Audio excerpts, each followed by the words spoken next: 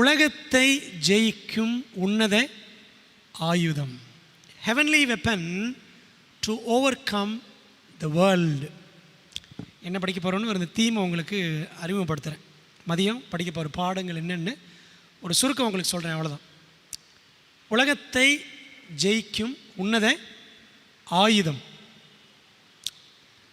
நமக்கு ஆணுடைய பிள்ளைகளுக்கு எதிரிகள் இருக்கிறார்களா? எதிரிகள் இருக்கிறார்களா? ஓ, நிறைய பேர் இருக்கிறாங்க. எங்கள் வீட்டு பக்கத்தில் ஒருத்தவங்க இருக்கிறாங்க, நான் வேலை செய்கிற இடத்துல ஒரு அம்மா இருக்குது, எங்கள் தெருவில் நிறைய பேர் இருக்கிறாங்க, என் சொந்தக்காரன் நிறைய பேர் இருக்கிறான். எதிரிகள் அப்படி இருக்காங்களா? எதிரிகள் இருக்காங்களா? பார்த்தீங்களா? ஆமான்னு சொல்கிறீங்களே. சர்ச்சில் எதிரிகள் இருக்கிறாங்களா? சர்ச்சில் ஓகே. இப்போ எதிரிகள் அப்படின்னோடனே நமக்கு இப்படி தான் ஞாபகம் வருது, அப்படி தானே? அக்கம் பக்கத்தில் உள்ளவங்க, தெருவில் உள்ளவங்க, வேலை செய்கிற இடத்துல உள்ளவங்க, சர்ச்சில் உள்ளவங்க, அப்படி இப்படின்னு நம்ம கண்ணால் பார்க்கிற மனிதர்களை எதிரிகளாக நினைத்து வைத்திருக்கிறோம். சரிதானே? சரி, இந்த எதிரிகள் எல்லாம் ஆக்சுவலாக நம்ம மனிதர்களை எதிரிகளாக பார்க்கவே கூடாது. சரிதானே? மனிதர்களை எதிரிகளாக நாம் பாவிக்கவே கூடாது. ஏமா உள்ளே வந்து உட்காருங்க, உட்காரவங்க உள்ளே வந்து உட்காருங்க ப்ளீஸ். மனிதர்கள் நமக்கு எதிரிகள் அல்ல. சரிதானே? மனிதர்கள் நமக்கு எதிரிகள் அல்லர். ஆனால் பைபிள் நம்முடைய எதிரிகள்னு யார் யாரை காட்டுது? உலகம், மாமிசம், பிசாஸ் அப்படின்னு படிச்சிருக்கோம். Flesh, okay, the world, flesh and the devil. உலகம், மாமிசம், பிசாசு அப்படின்னு பைபிளில் வாசிக்கிறோம். சரிங்களா? இந்த மூன்றும் தான் தேவனுடைய பிள்ளைகளுக்கு முக்கியமான எதிரிகள். சரிங்களா? அதில் எனக்கு என்ன செய்ய போகிறோம் அப்படின்னா, உலகம்னு ஒன்று இருக்குது. படித்தோம்ல, 1 அதிகாரத்தில் படித்தோம். உலகம், உலகத்திலும் உலகத்தில் உள்ளவைகளிலும் அன்பு கூறாதிருங்கள் அப்படின்னு யோவான் எழுதி வச்சிருக்கிறார். Love not the world and the things of the world. உலகம், உலகத்தில் உள்ளவைகள். இந்த உலகத்தை முக்கியமான நமது ஆன்மீக எதிரியாக வேதாகமம் நமக்கு காட்டுகிறது. சரிங்களா? அதான் என்ன ஏது, இந்த உலகத்தை எப்படி ஜெயிக்கிறது? உலகத்தை ஜெயிக்க முடியுதா? எங்கே உலகத்தை ஜெயிக்கிறது? உலகம்தான் என்னை ஜெயிச்சிருச்சு. அப்படியா? உலகத்தை எங்கே ஜெயிக்கிறது? உலகம் நம்மைத்தான் ஜெயித்து விடுகிறது. சரிதானே? ஆமாம் இல்லையா? இதை எப்படி சொல்லலாம் அப்படின்னா, எகிப்தியர்கள் மத்தியில் யார் இருந்தால்? இஸ்ரவேல் மக்கள் இருந்தாங்க. இஸ்ரவேல் மக்கள் எகிப்தில் எத்தனை வருஷம்? 400 இருக்கும், ஒரு இடத்துல 430 இருக்கும். எல்லாமே கரெக்டு தான். சரிங்களா? 430 தான். அப்போஸ்தலர் 7ஆம் அதிகாரம் படிச்சிங்கன்னா 430 வருஷம் அங்கே இருந்தாங்க அப்படின்னு ஸ்தேவான் பிரசங்கம் பண்ணுவார். 430 years இருந்தாங்க. அடிமைகளாக, கைதிகளாக இருந்தாங்க. ஆண்டவர் அதுக்கப்புறம் அவங்கள விடுவிச்சு வெளியில் மோசே, ஆரோன் மூலமாக வெளியில் கொண்டு வந்தார். வெளியில் வந்துட்டாங்க, வனாந்தரத்துக்கெல்லாம் வந்துட்டாங்க, கானான் நோக்கி பயணம் ஆரம்பிச்சிட்டாங்க. ஆனால் அவங்க கானான் நோக்கி போனாலும் அவங்க இழுப்புலாம் எங்கே தான் இருந்துச்சு? ஈர்ப்போ இழுப்போ எதனாலும் சரி எங்கே தான் இருந்துச்சு? எங்கே தான் இருந்துச்சு? பின்னாடி தான் இருந்துச்சு. எதை விட்டு வந்தாங்களோ அதான் அவங்களை இழுத்துக்கிட்டே இருந்துச்சு. சரியா? எதுமா இழுத்துச்சு? எதை இழுத்துச்சு? எகிப்தின் அந்த இறைச்சி பாத்திரங்கள். சரிதானே? எகிப்தினுடைய அந்த சட்டி பானைகள் அவர்களை இழுத்தது. அப்படி தானே? ஓகே. இன்னொருத்தி வெளியில் ஓடி வந்தான் புருஷன் பிள்ளைகளோட. ஆனால் அவள் தான் கடைசியில் வந்தான். கடைசியில் அவள் வாழ்க்கையே போச்சு. யாரு? லோத்தின் மனைவி. நல்ல வேளை அந்த அம்மா பேர் ஆண்டவர் பைபிளில் போடலை. சரிங்களா? ஏன் போடலை? ஒருவேளை அந்த பேர் ரொம்ப ஃபேஷனாக இருக்குன்னு சொல்லி யாராவது எடுத்து வச்சிடக்கூடாதுன்னு ஆண்டவர் நினச்சாரோ என்னமோ தெரியல. லோத்தின் மனைவி பேரை ஆண்டவர் விட்டுட்டார். யோபுவுடைய மனைவி பேரையும் ஆண்டவர் என்ன பண்ணிட்டார்? விட்டுட்டார். பேரெலாம் வேண்டாம்னு ஆண்டவர் நினச்சார் என்னமோ தெரியல. ஆகவே இந்த லோத்தின் மனைவி பாருங்கள், இவங்கெல்லாம் இந்த சோதம் குமாரை விட்டு வெளியில் வந்தாங்க. ஆனால் இவன் மனசெல்லாம் எங்கே தான் இருந்துச்சு? திருமதி லோத்து அவன் மனசு படக்கு படக்கு படக்குன்னு அடிச்சிச்சு. என்ன அடிச்சிச்சு? எப்படி அடிச்சிருக்குன்னு நினைக்கிறீங்க? எப்படி அடிச்சிருக்குன்னு நினைக்கிறீங்க? ஐயோ அந்த வயல் போச்சே, ஐயோ அந்த தோட்டம் போச்சே, ஐயோ அந்த ஆடு மாடுகள்லாம் போச்சே, ஐயோ வீடு போச்சே, ஐயோ எங்கள் காடு போச்சே. கடைசியில் என்ன போச்சு? அவள் வாழ்க்கையே போச்சு, அவள் ரட்சிப்பே போச்சு.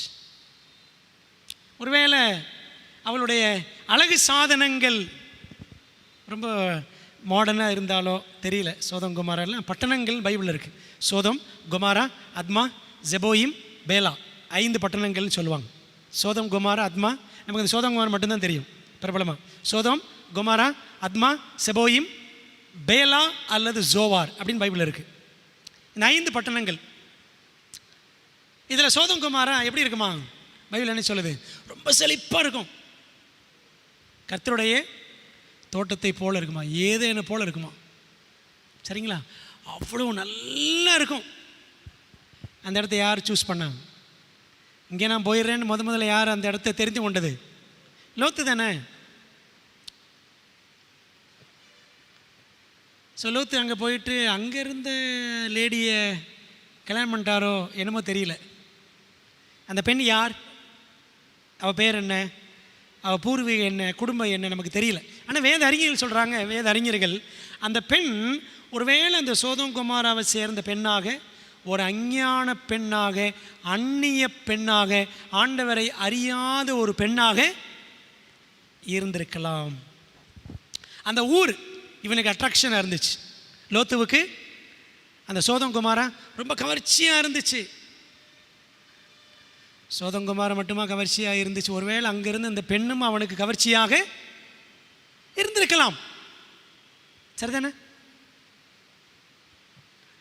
அப்போது ஒரு டைம் வந்துச்சு, ஆண்டவர் நீங்கள் வெளியில் ஓடி போயிருங்க, உன் ஜீவன் தப்ப மலைக்கு ஓடிப்போ அப்படின்னு சொன்னார். அவர் அவருடைய மகள்கள், மனைவி எல்லாரையும் எப்படி ஆண்டவர் வெளியே இழுத்துட்டு வந்தாராம்? பைபிள் என்ன சொல்லுது? தேவதூதர்கள் வசனம் படிங்களேன். ஆதியாகமம் 19. ஆதியாகமம் 19 எடுங்க. ஆதியாகமம் 19 எடுத்துட்டிங்களா? 16 படிங்க. வசனம் 16.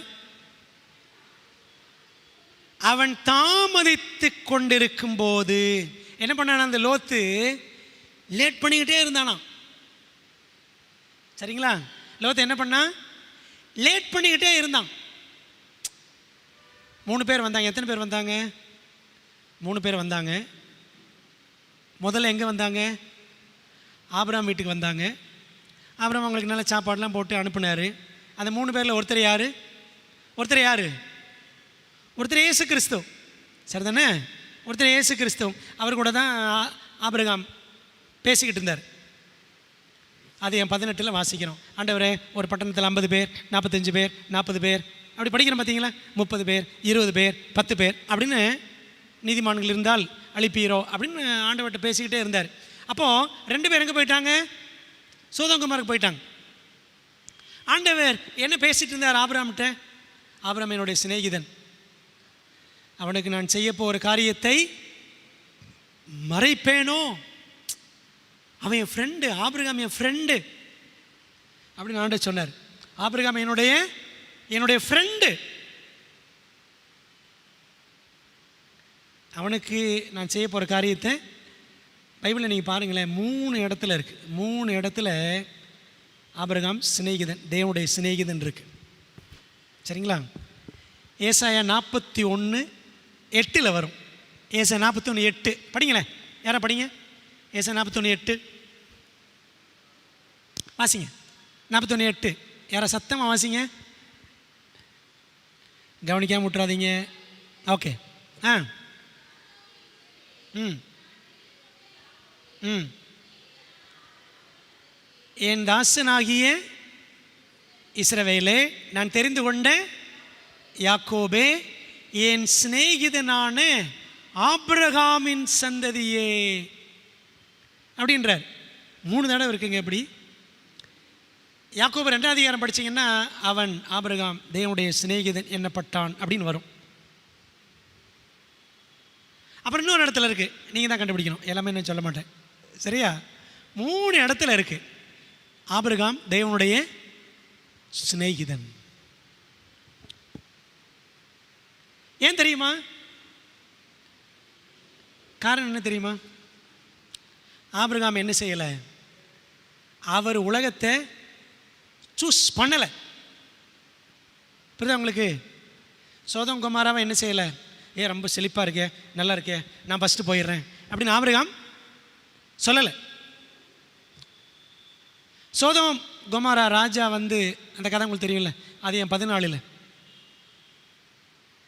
4 ராஜாக்கள் வந்து 5 ராஜாக்களோட சண்டை போட்டு, எதிரிகள் 4 ராஜாக்கள் வந்து இந்த சோதம் குமாரா அந்த 5 பட்டணங்கள் ராஜாக்களோட சண்டை போட்டு என்ன பண்ணிடுவாங்க, நிறைய பேரை சிறைப்பிடிச்சு கொண்டு போயிடுவாங்க. அப்புறம் என்ன பண்ணுவார்? தான் வீட்டிலேருந்து எத்தனை பேரை கூப்பிட்டு போவார்? 318 பேரை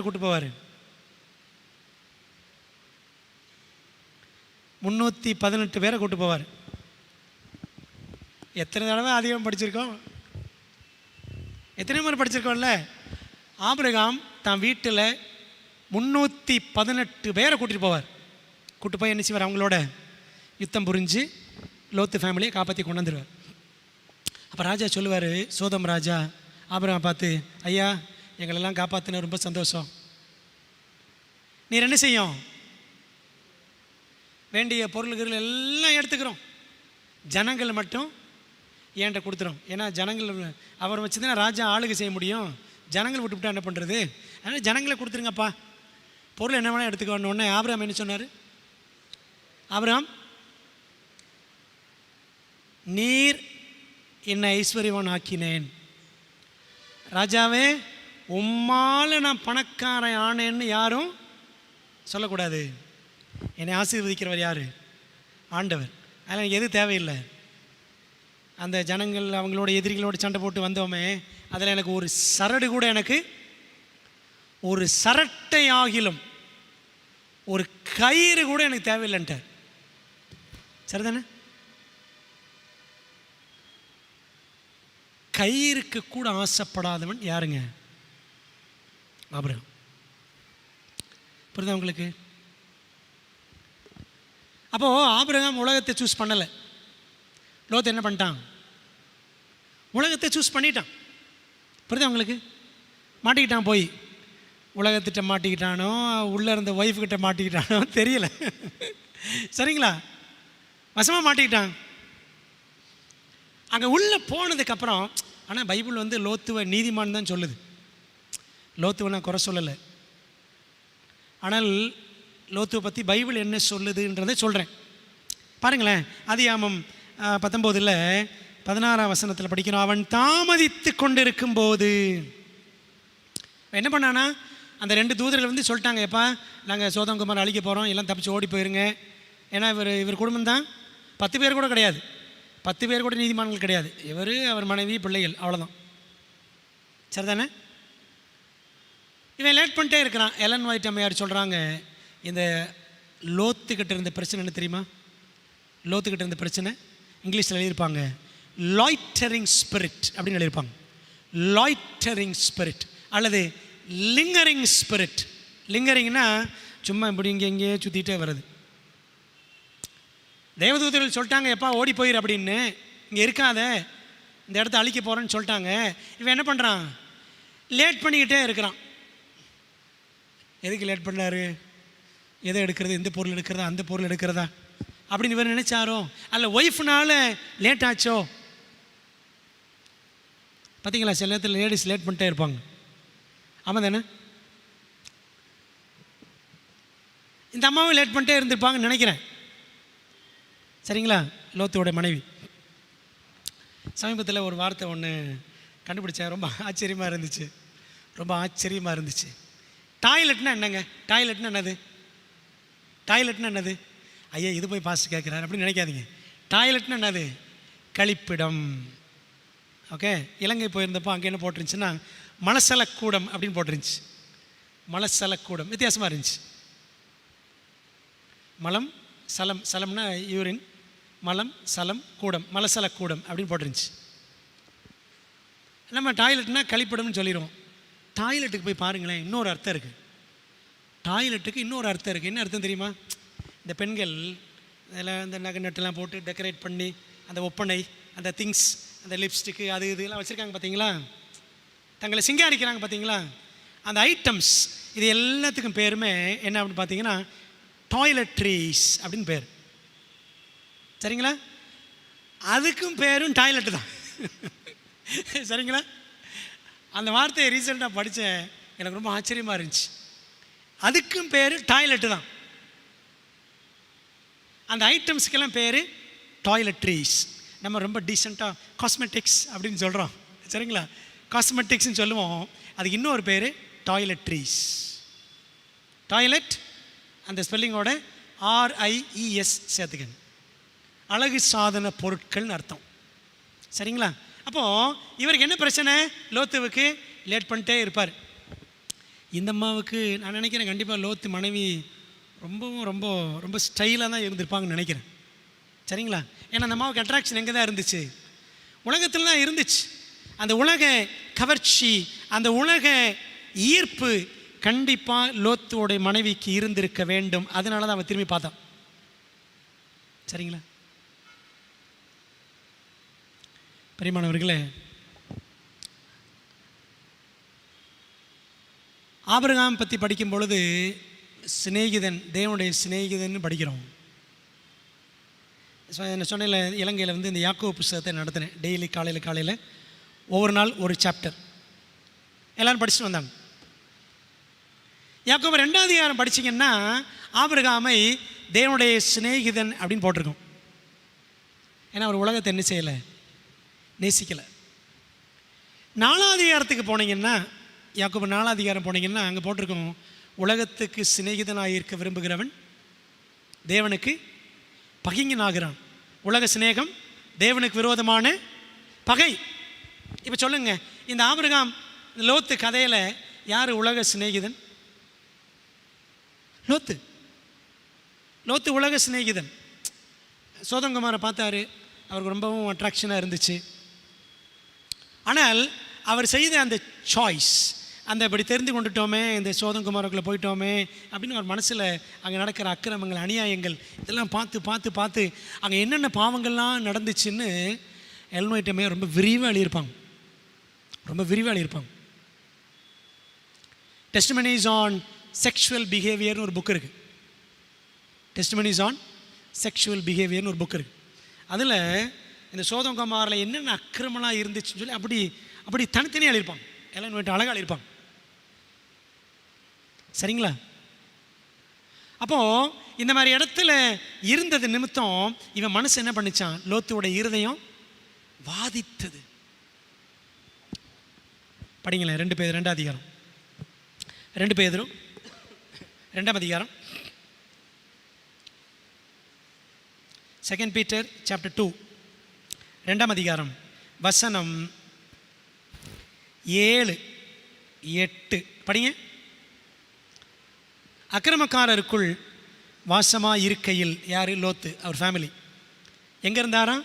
அக்கிரமக்காரருக்குள் வாசமாக இருந்தாராம் சோதங்குமார். அப்படி இருக்கையில் அவருடைய காம விகார நடக்கையால் வருத்தப்பட்டு, அவங்க நடக்கையில் எப்படி இருந்துச்சான்? காம விகார நடக்கை. ஹெல்மெட் எழுதியிருப்பாங்க. அந்த சோதங்குமாரில் எங்கே போனாலும் எங்கே போய் பார்த்தாலும் போஸ்டர்ஸ், ஆபாச படங்கள் இருக்குமா. அந்த காலத்தில் எப்படி இருந்துச்சுன்றீங்களா? அந்த காலத்தில் இருந்துச்சு. அதை வச்சு தான் இன்றைக்கி நிறைய, அதை அடிப்படை தான் இன்றைக்கி நிறைய போஸ்டர்ஸ்லாம் இன்றைக்கி நிறைய பார்க்குறோம். புரியுதுங்களா? ஹெல்மெட் எழுதியிருப்பாங்க, ஆபாச படங்கள் அங்கங்கே இருந்துச்சு. சோதங்குமாரில் நல்ல சாப்பாடு இருந்துச்சு, சாப்பாட்டுக்கு குறையே கிடையாது. ஆகார திரட்சி அப்படின்னு படிக்கலாம். எசேக்கியேல் 16ஆம் அதிகாரம் படித்து பார்த்தீங்கன்னா ஆகார திரட்சி, அந்த சோதங்குமாரோடைய அக்கிரமம் என்னன்னு அங்கே இருக்கும். சரிங்களா? ஓகே, இந்த அக்கிரமங்கள் எல்லாம் பார்த்து 8ஆம் வசனம் பாருங்கள். நாள்தோறும் அவருடைய அக்கிரம கிரியைகளை கண்டு கேட்டு நீதியுள்ள தன்னுடைய இருதயத்தில் வாதிக்கப்பட்ட நீதிமானாகிய லோத்தை அவர் ரட்சித்திருக்க. அவன் நீதிமான் தான் லோத்து. இதெல்லாம் பார்த்துட்டு ஐயோ இப்படி ஒரு சாய்ஸ் நான் மேக் பண்ணிட்டேனே, இப்படி ஒரு காரியத்தை நான் தெரிந்து கொடுத்து வந்துட்டேனே, தெரிந்தெடுத்து அதுவும் இதெல்லாம் பார்த்தா ரொம்ப வேதனையாக இருக்குன்னு சொல்லி அவனுக்கு அவ்வளோ வேதனை. ஒருவேளை அப்படி ஒரு ஒய்ஃபை கட்டினதுக்காக கூட வேதனைப்பட்டவனோ தெரியல. சரிங்களா? இப்போ வாசிக்கலாமா சோதங்குமாரோட அக்கிரமம் என்ன? வாங்க எசேக்கியேல் வாங்க 16 சாப்டர் 16. எசேக்கியேல் 16 வசனம் 49 பாருங்களேன். இதோ கர்வமும் ஆகார திரட்சியும் நிர்விசாரமான சாங்கோபாங்கமும் ஆகிய இவைகளே உன் சகோதரியான சோதோமின் அக்கிரமம். சோதம் பற்றி எத்தனை விஷயம் போட்டிருக்கு? எத்தனை போட்டிருக்கு? எத்தனை? எல்லாம் சீரியஸாக பைபிள் படிக்கிறீங்களா அல்லது? ஓகே, எத்தனை போட்டிருக்கு? 3 4.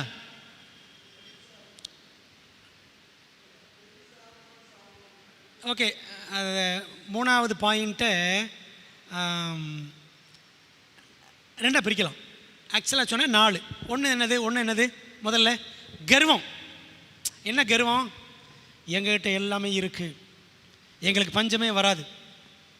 சரிங்களா? ஒரு பெருமை. 2வது என்ன?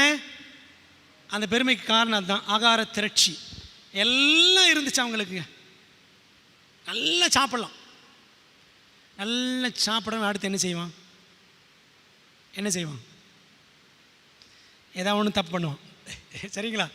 நல்லா பாருங்கள், நல்லா சாப்பிட்டுவிட்டு டிவியை போடு, படத்தை பார்ப்போம். வருமா வராதா? அப்படி தான் வரும். சரிங்களா? ஆகார திரட்சி. நல்லா சாப்பிட்டதுக்கு அப்புறம் அடுத்து என்ன வரும்? நிர்விசாரமாகி சாங்கோபாங்கம். என்னங்க புதுசாக இருக்குது சாங்கோபாங்கம்? இங்கிலீஷில் என்ன போட்டிருக்கு? இங்கிலீஷ் பைபிள் வச்சுருக்கீங்களா? ஏதோ பீரோவில் வச்சுட்டு வந்துட்டேன். இங்கிலீஷ் பைபிள் யாரும் வச்சுருக்கீங்களா? கையில் செல்லும் இல்லை, கொஞ்சம் இங்கிலீஷ் பைபிள் எடுத்து கொடுங்களேன். நிர்விசாரமாகிய சாங்கோபாங்கம். நிர்விசாரம்னா என்னது? நிர்விசாரம்னா அக்கறையின்மை. கிடக்குதுங்க, அதெல்லாம் பார்த்துக்கலாம். அக்கறை இல்லாமல் எனக்கென்ன அப்படின்னு இருக்கிற நிலைமை. இதான் என்னது? ஏன் நிர்விசாரமாக இருக்கிறீ அப்படின்னு சொல்லுவாங்க. நிர்விசாரம்னா ஒரு சீரியஸ்னஸே இல்லாத நிலைமை, சீரியஸ்னஸே கிடையாது. சரிங்களா? அதான் என்னது? நிர்விசாரம் அப்படின்னு சொல்லுவோம். பாருங்களேன், நல்ல சாப்பாடு இருக்குது, எல்லாம் வசதி இருக்குது அப்படின்னா என்ன கவலை இருக்கும்? வேலைக்கு போகிறதா அல்லது நைட் டியூட்டியா பகல் டியூட்டியா? ஒன்றுமே கிடையாது, எல்லாம் வசதி இருக்குது. நிர்விசாரம். abundance of idleness.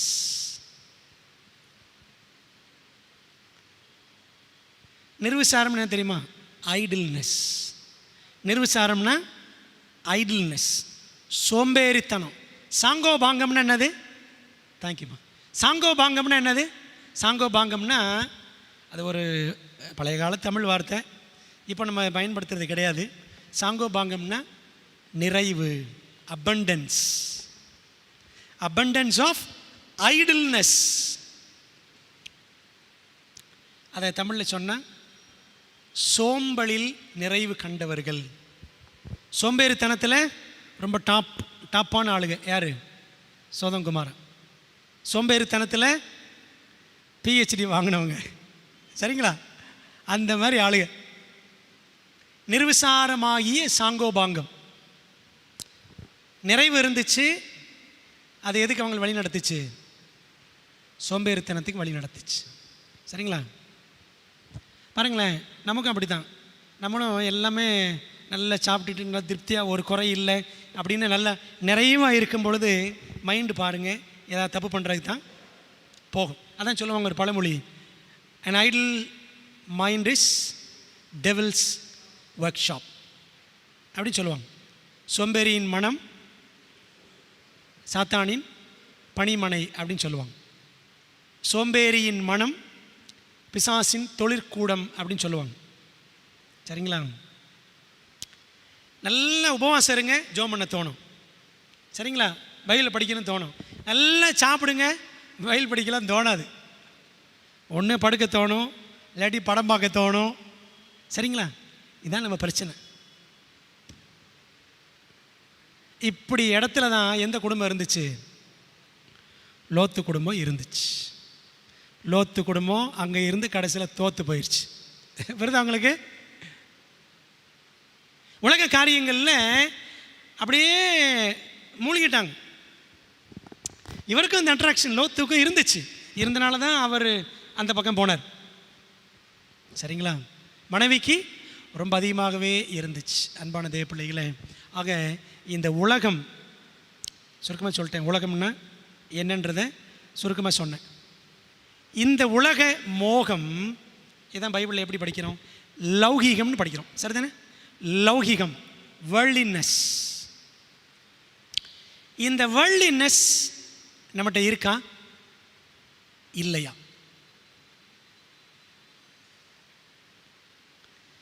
இந்த உலக ஆசை அல்லது உலக கவர்ச்சி என்னென்ன சொல்கிறோமோ சொல்லிக்கலாம். இது நம்மகிட்ட இருக்கா இல்லையா? அதுதான் இன்னைக்கு படிக்க போகிறோம். எப்படி இதை ஜெயிக்கிறது? முடியுமா முடியாதா? லோத்து மனைவி தோற்று போயிட்டா. இஸ்ரவேல் ஜனங்கள் தோற்று போயிட்டாங்க. எகிப்து விட்டு வெளியே வந்தாங்க. ஆனால் எகிப்து அவங்களை விட்டு வெளியில் வரல. கானானுக்கு போகிறதுக்கு ட்ராவல் பண்ணாலும் கூட இவங்க மைண்டெல்லாம் எங்கே தான் இருந்துச்சு? எகிப்தில் தான் இருந்துச்சு. அங்கேருந்த சட்டி பார்த்தோம், நாங்கள் எல்லாம் ஒன்றா இறைச்சி சமைச்சு சாப்பிடுவோம், காடை கீடை, அப்படி தான் மனசு போச்சு. சரிதானே? அந்த உலகம் அவங்கள இழுத்துக்கிட்டே இருந்துச்சு. கவர்ச்சி, அட்ராக்ஷன் அவங்கள புல் பண்ணிக்கிட்டே இருந்துச்சு. நமக்கு அப்படி இருக்கா? பிரியமானவர்களே, இந்த உலக கவர்ச்சியினால், உலக ஈர்ப்பினால், உலக ஆசையினால், உலகத்தின் இழுப்பினால் தேவனை விட்டு தூரம் போனவர்கள், சத்தியத்தை விட்டு சோரம் போனவர்கள் பைபிள்லேயே நிறைய பேர் இருக்கிறாங்க. பைபிள்லேயே நிறைய பேர் இருக்கிறாங்க. அதான் நீ படிக்க போகிறோம். சரிங்களா? ஸோ அதை ஒரு அறிமுகமாக வச்சுக்குவோம். இதனுடைய தொடர்ச்சியை நான் அப்புறம் பேசுவேன். பாஸ்டர் பக்தவச்சலம் அவரும் அதை பற்றி பேச போகிறாரு. சரிங்களா? அப்போ உலகத்தை ஜெயிக்கும் உன்னத ஆயுதம், அதான் நீ படிக்க போகிறோம். தொடர்ந்து ஜெபத்தோடு படிப்போம்.